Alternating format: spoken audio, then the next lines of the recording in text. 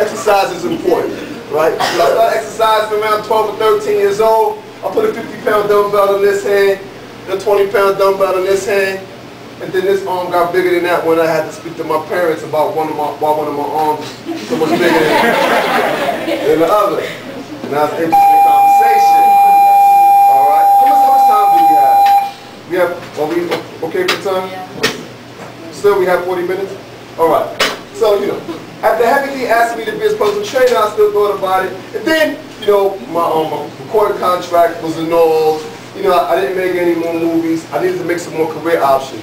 So I fell back into what I already knew, which is helping people improve the quality of their lives via exercise. And I started to realize that people would actually pay you rather handsomely to teach them how to exercise. So an average personal trainer can make maybe $100 an hour, $80 an hour, but there are trainers that earn like $500, $1,500 per hour for their sessions. You know, celebrity personal trainers, people are traveling and their services are being retained. So that is the food for thought that I want to plant for you today moving forward when you start to look at career options. Now, how many people here have heard of diabetes, high blood pressure, high cholesterol? All right, put your hands down. Has anyone here lost a loved one to any of those ailments? Or do you know anyone suffering from any of those ailments? Diabetes, high cholesterol, cancer even. See, quite a few hands have gone up. You can put your hands down. Now, the reality is that when you hear about diabetes, high cholesterol, high blood pressure, the #1 recommendation to resolve those illnesses is exercise and then nutrition.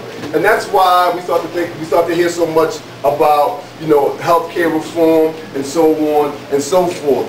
All right, so now I'm going to pass some information around. I hope we have enough for everybody. We'll start with you. Just take one and pass it around, and then we're gonna move forward from there. Now, what's been passed around the room is sample copies of the Nutritional Facts on food packaging that you eat and that you might get at home, right? Because you hear about the 2,000 calorie recommendation as per the request of the federal government, but not very many people know how to read the nutritional facts.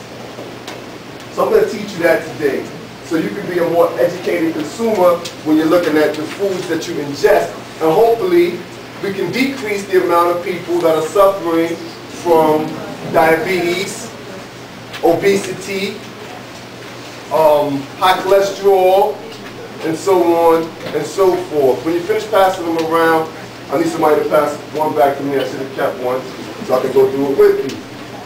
Now, I know mathematics is not very exciting, but you're not going to be able to get away from it, so you might as well learn it now.